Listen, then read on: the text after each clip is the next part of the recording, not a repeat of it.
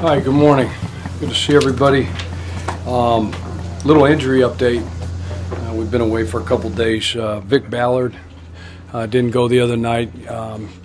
He's day-to-day with a hamstring. Ben Heenan, unfortunately, in practice in the stadium. He's got a right knee. He's got a meniscus tear that will require surgery. We're looking at probably 4 to 6 weeks on him, and then Robert Mathis continues to do well, and he's week to week like we talked about. We haven't talked for a couple of days.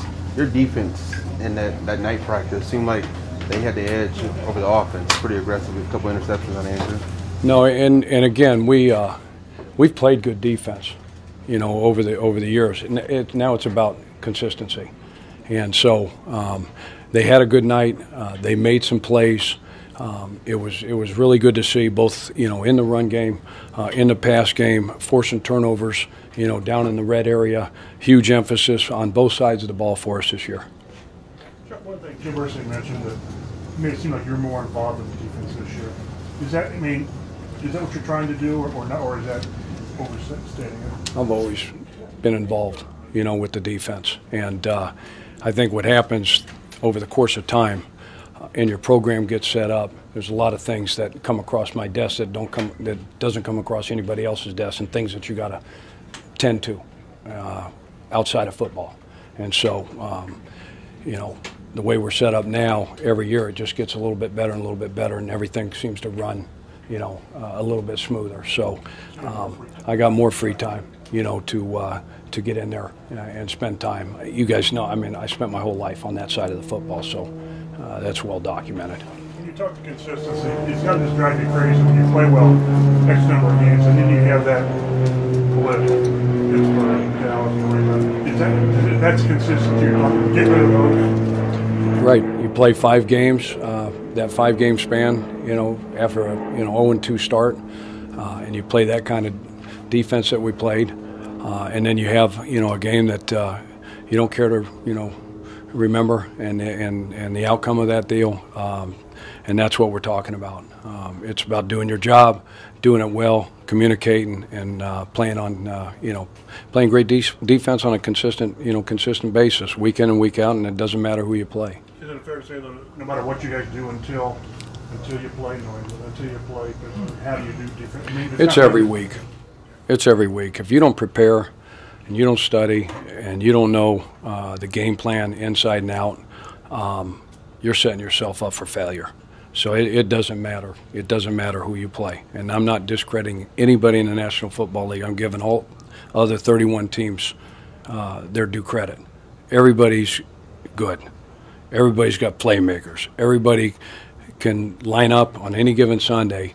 And if you're not ready to play from a physical standpoint, a mental standpoint, and you don't execute and you don't do your job and the things that give you a chance to win, you're going to have a hard time winning football games. Hey Chuck, when you look at your roster, you're likely going to have a number of players starting over the age of 30. And obviously they can compete at high levels, so they want to start. Do you manage them different practice-wise? And if so, how do you manage them differently? Yeah, we have to, and I think you saw the other day where a number of those guys you talked about had a day off, and rightfully so. And so we call it practice time modification. Some guys, will be on a two on, 1 off schedule. Some guys don't need a full day. Some guys will need just their reps cut down during the course of practice.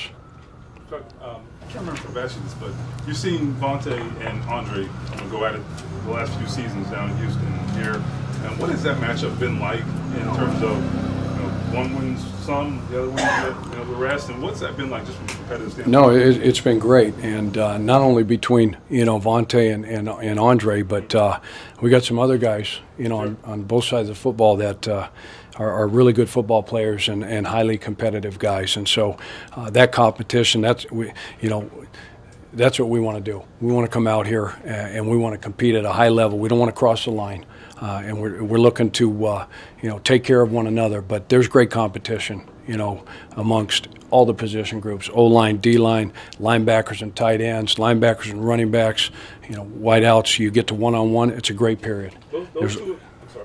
Those two in particular, they have some parallels in that they're both really physical, play a really physical type of game. How did that impact that matchup and that make it more interesting? No, it's great. And like you said, somebody's going to, there's always a winner and a loser. There are no ties. And so that's what brings out the competition in both those guys. And they're both superior athletes. They got a great skill set between the two.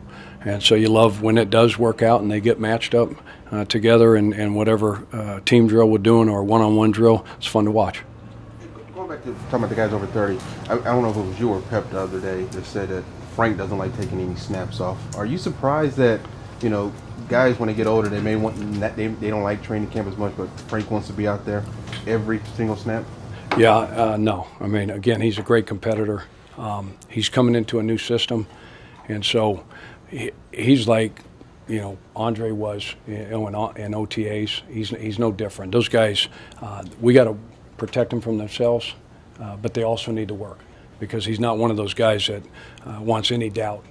Once he gets in the huddle and he gets lined up and he doesn't want to think. So he's getting the offense down. He got it down during the off season, during OTAs, and now he's honing it to where he can play extremely fast and not think out there.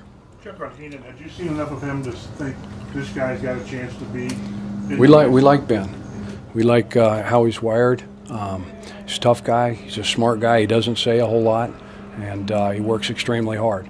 And so he's shown us in a short period of time that he's been there that he's a guy that you'd love to have around and you'd love to develop.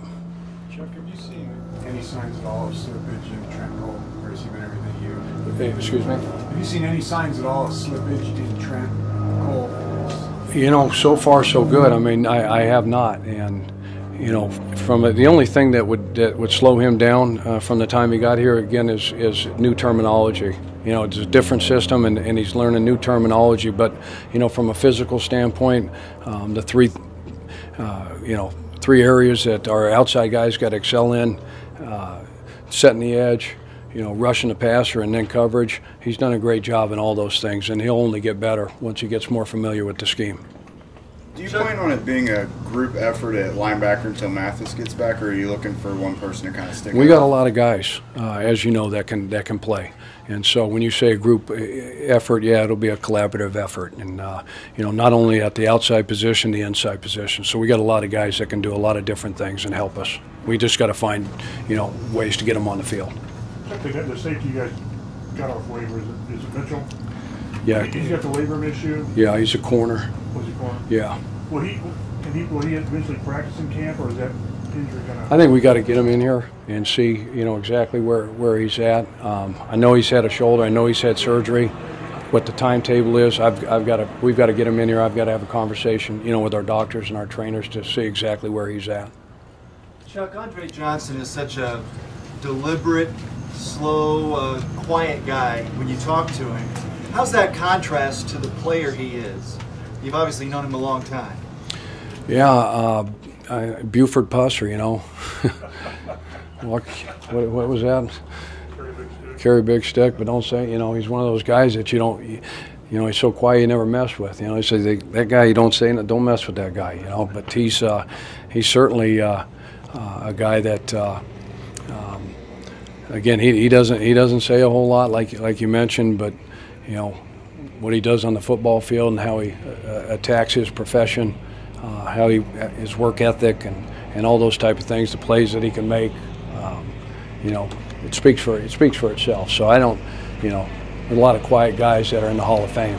There's some guys that, that like to talk a lot in there, and there's probably some guys in there that didn't say a whole lot and just went out and did their job and did it very well. Hey, Coach, despite the big offensive moves during the offseason, does defense seem to be the big focus this year? The defense? Yeah. Again, it's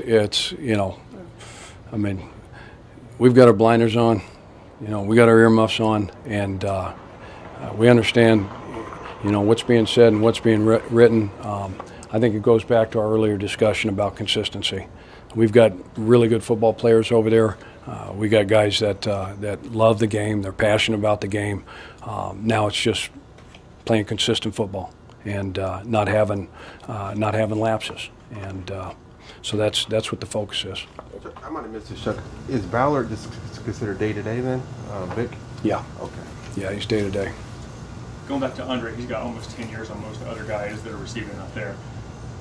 Kind of go back to being a kind of a quiet guy. Is he able to be a leader with these guys, or is he kind of more of a lead by example kind of guy? Yeah, I mean, he's going to lead by example because, I mean, whether it's in the meeting room, showing up on time for everything. We're supposed to be teaching the young guys how to be a pro and what it means to be a pro, and how to study tape and how to practice and how to go through a walkthrough, and you don't miss treatments that are scheduled. And so if he needs to, in his own way, he can go put his arm around somebody, whisper something in his ear, and get him to become the player that everybody envisions that guy to become. So he's got that ability to do that. All right, thanks, guys. Thanks, Coach.